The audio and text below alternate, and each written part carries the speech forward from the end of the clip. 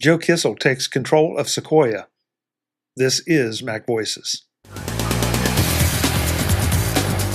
This edition of MacVoices is supported by MacVoices Live, our weekly live panel discussion of what is going on in the Apple space, as well as the larger tech world, and how it is impacting you. Join us live at 8 p.m. Eastern, 5 p.m. Pacific, or whatever time that is wherever you are, at youtube.com/MacVoicesTV, and participate in the chat, or catch the edited and segmented versions of the show on the regular MacVoices channels and feeds. Welcome to MacVoices. This is the talk of the Apple community, and I'm Chuck Joyner. Folks, it's that time of year. It's fall, which means we are on the cusp, as we record this, of getting a new version of macOS, along with all the other OSs. But we're going to talk about the macOS version today by talking to Mr. Joe Kissell. He is the author of the very brand new Take Control of Sequoia. Joe, it's great to have you back as always. It's that time of year. It is that time of year, and summers are weird, right? So summer has just ended, and everybody seems to look forward to summer like, oh, I get 2 or 3 months off. And I'm like, summer is the worst time of year. I hate summers because the kids are off school. And so I have that much less time and attention available to do my work stuff. And also at the beginning of summer is when Apple announces all the new operating systems. And so I'm like, okay, well, this book has to be updated and this has to be updated. And we need a new one of these and a new one of those. And then authors start, sending me manuscripts for editing all over the place. And so I'm, at the time of the year that I most need sort of time and brain space, I am also most overwhelmed. So, boy, school has just started again, and I couldn't be happier. Love my kids. And also, absence makes the heart grow fonder. So, I did manage to get this new book written over the summer, and we have a whole bunch of others coming real soon now, as is often the case in, September, October, November. We'll be talking again a few times, but yeah, today let's talk about Sequoia. Well, let's talk about Sequoia, but before we do, I want to make sure folks understand that we don't know exactly when Sequoia is out. So you've been working off betas and that kind of thing. But once Sequoia is actually out, you will be updating the book automatically with any last-minute changes or updates that have occurred. Yes, although since you brought it up, the situation is extra complicated this year. Oh. So our pattern for many, many years has been we write a book about the new operating system. I write my book, Josh writes his book about the new operating systems while they're in beta, and we release version 1.0 of our books sometime in late August, early September. And then a month or however long after that, sometimes it's 2 months after that, when the public release of the operating systems occurs, then we update our books to version 1.1 to cover whatever has changed in the meantime. So yeah, we do plan to do that this time, but Apple has made it weird because at the same time that everyone was beta testing Sequoia 15.0 and iOS 18.0, Apple was also beta testing 15.1 and 18.1, which include a lot of these Apple Intelligence features, which we'll discuss. And so Josh and I have both been trying to juggle, we want to write about what's going to happen first, but also since we already can see all this other stuff and people will be wondering about it, we want to cover that too. But even once we've updated our books to version 1.2 or whatever it turns out to be, because 15.1 has been released and we don't know when, maybe October, just a guess.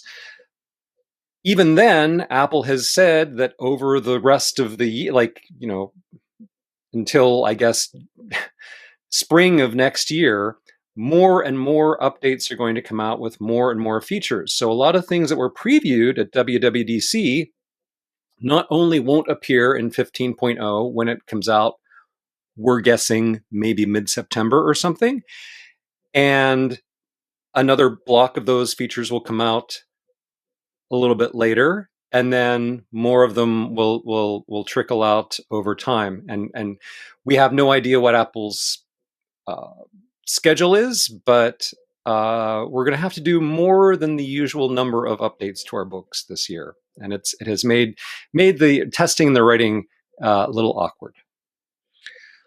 So thank you for clarifying that, because I hadn't even thought about that part of it. That it was an extra layer of, I guess, an extra layer of updates or anticipated features. Yeah. So let's use that as a way in and start talking about the first part first, and that is Sequoia minus Apple Intelligence. Okay. What do we need to know? What should we be afraid of?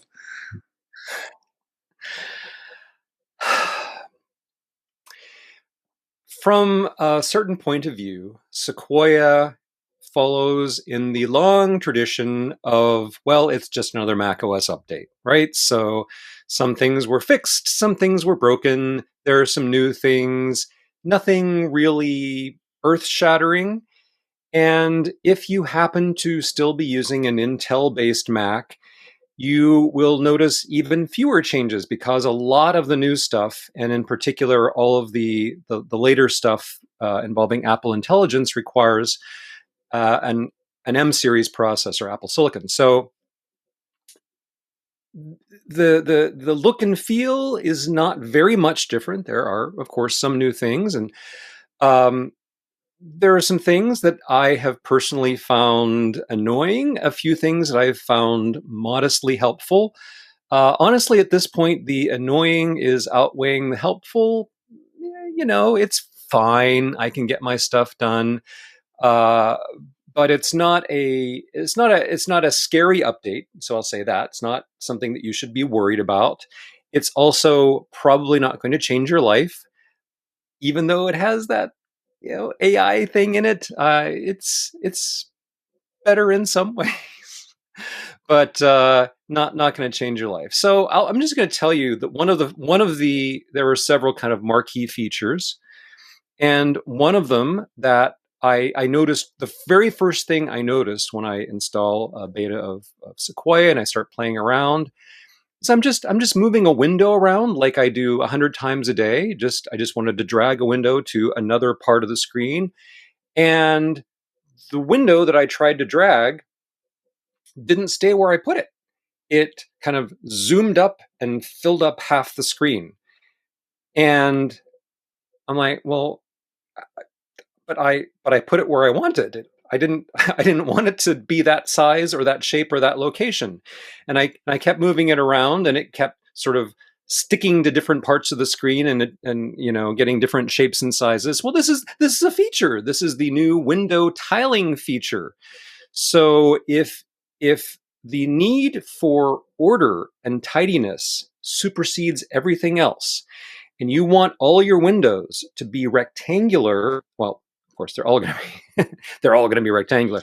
But I mean, if you want them to be symmetrical, okay, so if you want a window to take up exactly the left half or the right half of your screen, or the top half or the bottom half, if you want those sort of neat segments of your screen, and there are other arrangements, but if you have to have your windows that way, then this sort of snap to a location and zoom out to fill it feature is nice, I guess.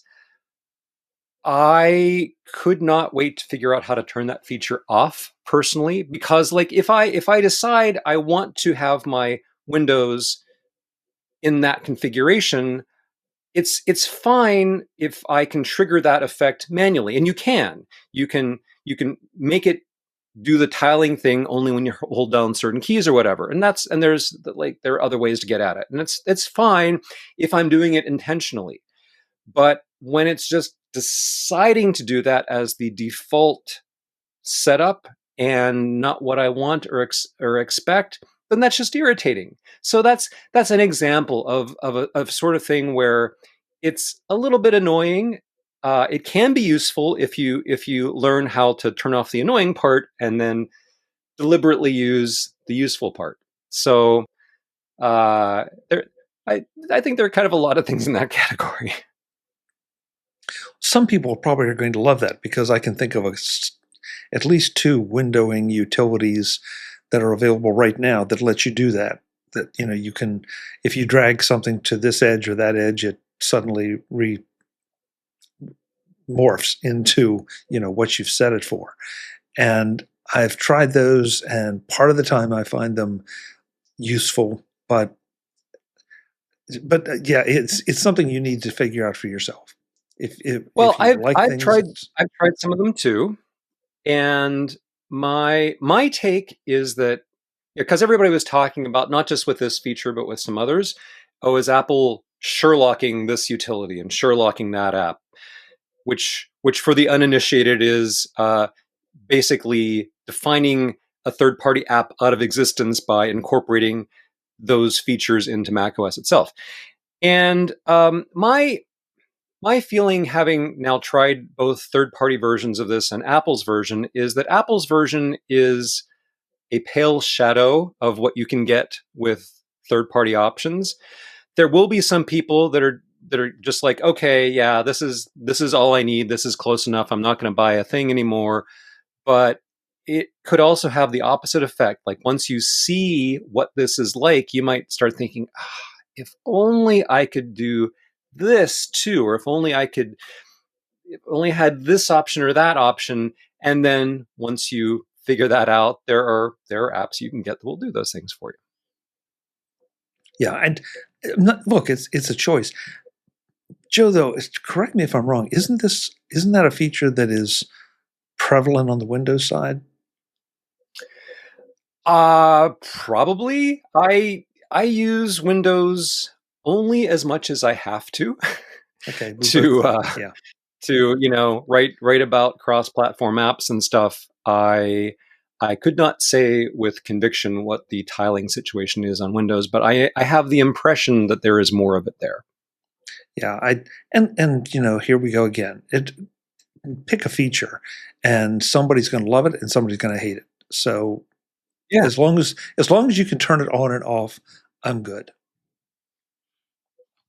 So I'll just run down a few more. There's the iPhone mirroring app, and basically you have an iPhone. It's in your pocket or it's over there someplace, and it's turned on, but you want to see what's on your iPhone, and you don't want to have to reach all the way into your pocket and pull it out, or go all the way over to that table where it's sitting. So you open an app, and there you go. There's your iPhone screen right on your Mac screen, and you can open apps, and you can play videos, and you can do pretty much everything you can do on your iPhone by clicking on icons on your Mac screen. Now, you can't do everything. Like, you can't, like on your actual iPhone, you can touch and hold an icon and then kind of go into jiggle mode, and you can rearrange things and add stuff, but you can't do those kinds of things in the app. So there are some limitations. And like, I've tried this a few times, and it's not just that you can see the screen, but like notifications from your iPhone will show up in your Mac too, things like that. And I mean, there are times when, if I need to take a screenshot of something on my iPhone that I'm going to then use on my Mac, it is actually way more convenient to just take the screenshot on my Mac, screenshot of what's on my virtual iPhone screen. So, okay, there's that use case. But other than that, I don't really think I would ever use this feature. And these couple of examples that I'm starting with are things that Apple just seems to think are the best thing ever, even though I didn't see this groundswell of people saying, "Oh, please, Apple, give me this feature." It's just like, okay, well, that's cool technologically that you can do that, but boy, I could give you a list of 100 bugs that have been around for years and years and years that I really you just wish you'd fix instead? How about fixing some bugs? So, you know, Apple, this is what Apple does, though. They want to entice you with the new shiny stuff, and bugs that are old aren't interesting. So, you know, I want to see if there's anything else. Oh well. Well, before you jump on whatever Yeah. about your, I do want to ask about the iPhone part. Mhm. Question: Can it be flipped portrait to horizontal or landscape, or are you just going to always see the phone in a landscape? Excuse me, in a portrait orientation? So it will go into landscape mode if the thing that you're doing on the iPhone requires it. For example, if you open up GarageBand on your iPhone, it or like many games or certain video apps, like they can only function in landscape mode. So if you're doing something that requires landscape mode on your iPhone, the display will switch around on your Mac. However, what you cannot do on your Mac is say, okay, but I just want there's you can't, at least not currently.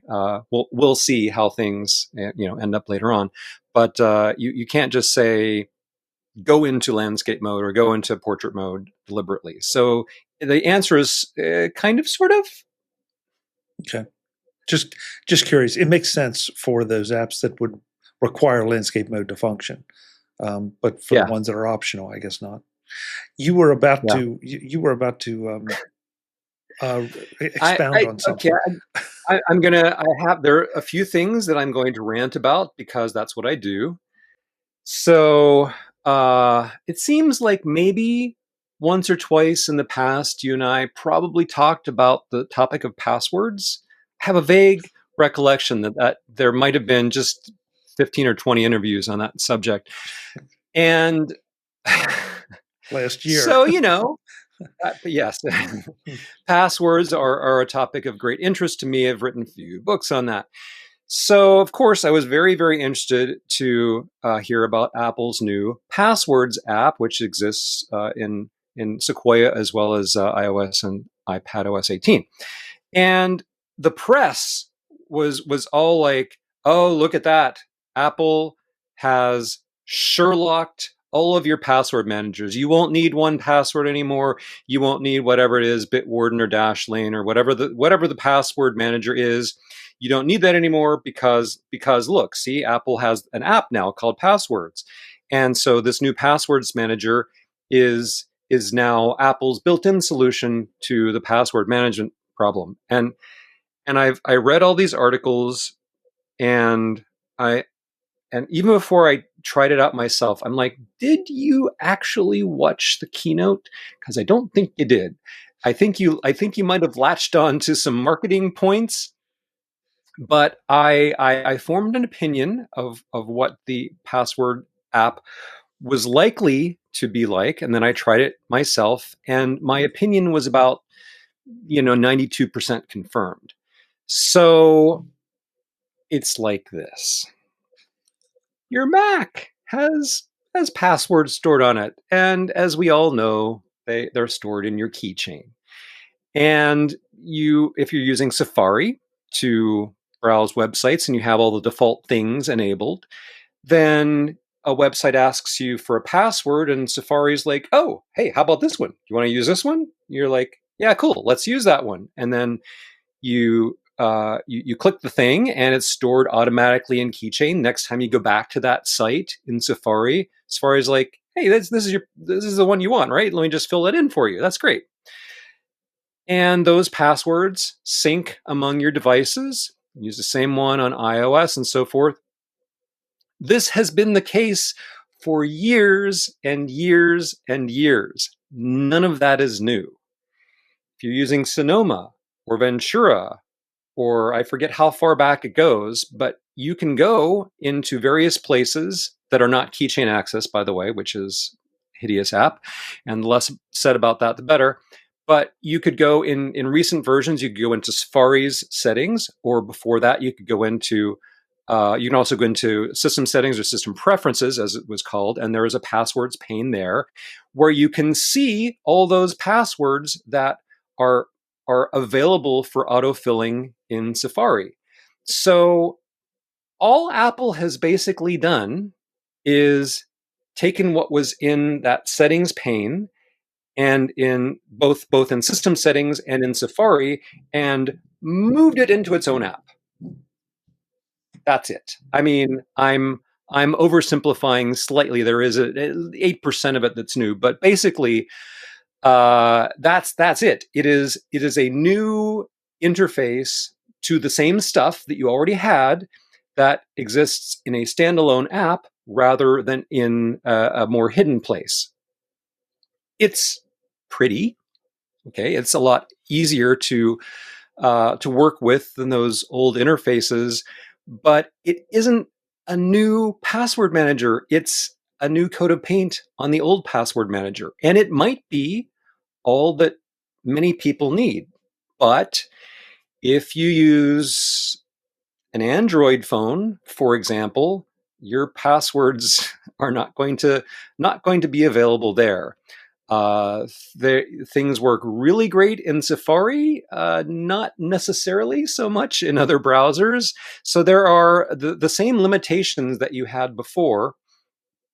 There is a way to get at your iCloud passwords in Chrome or in some other browsers, but it's a little awkward.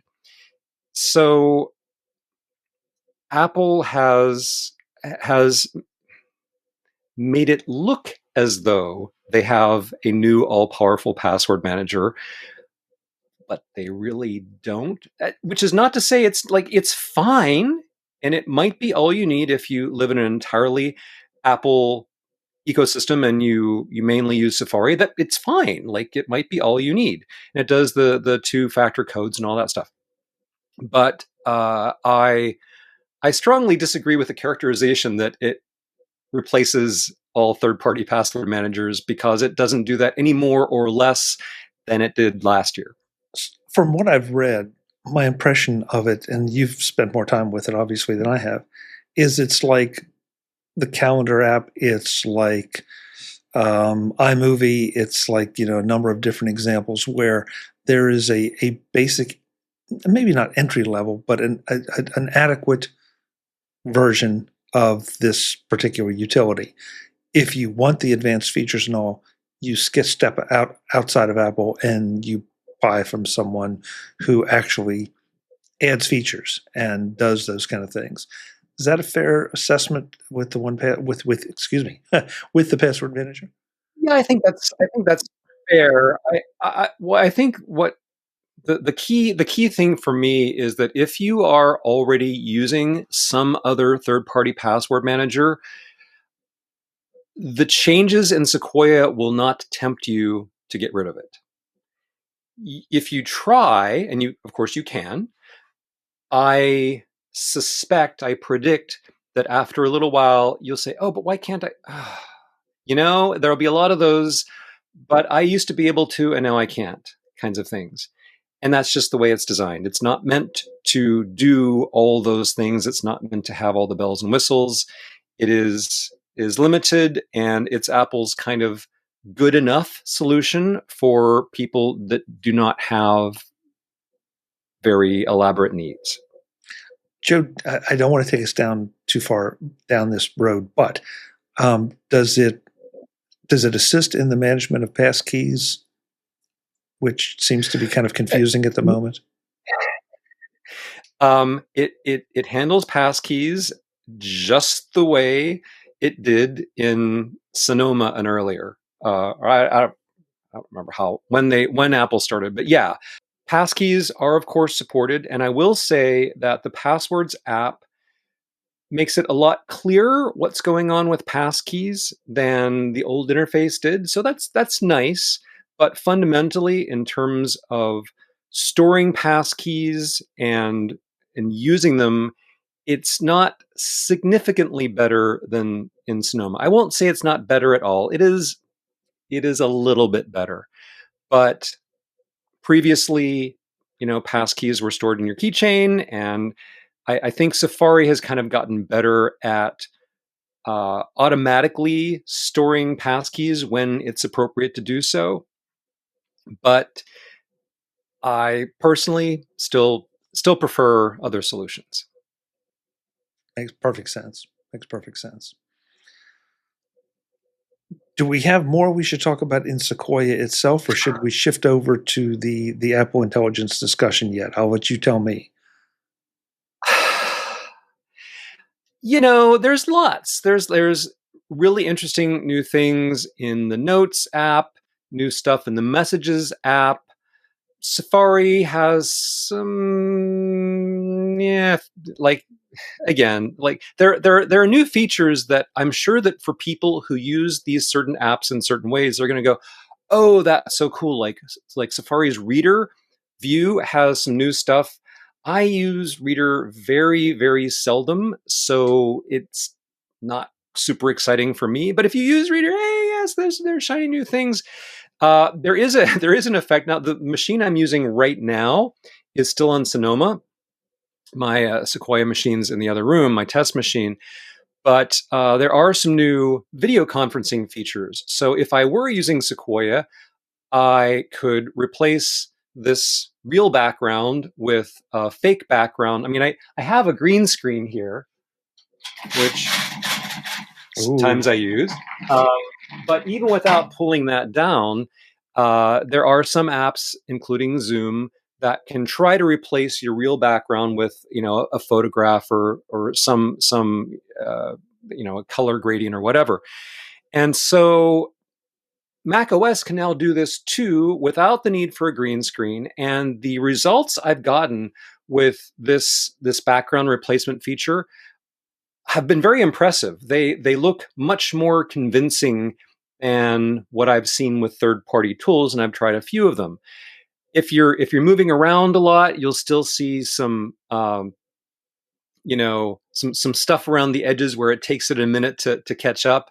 But for the most part, it's a really convincingly clear delineation between you as the subject and the fake background, and so that's nice. That's a feature that I don't mind Apple having sort of Sherlocked from other apps because they did a better job at it.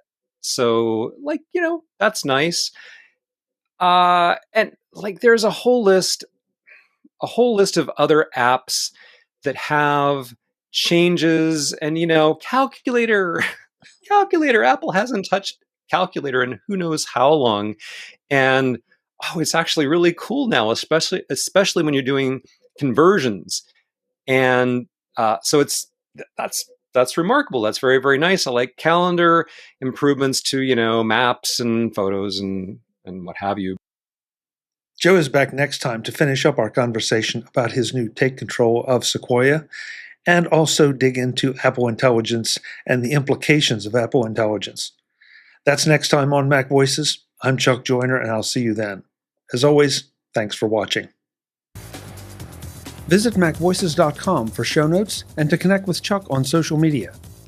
Get involved in our Facebook group or like our Facebook page, and get more out of your Apple tech with Mac Voices Magazine, free on Flipboard and on the web.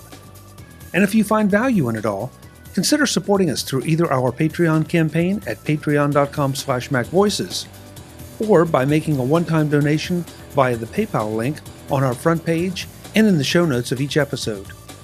You will join these fine people who help bring you Mac Voices.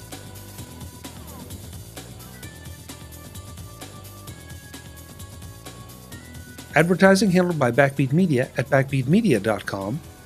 Bandwidth provided by CacheFly at cachefly.com.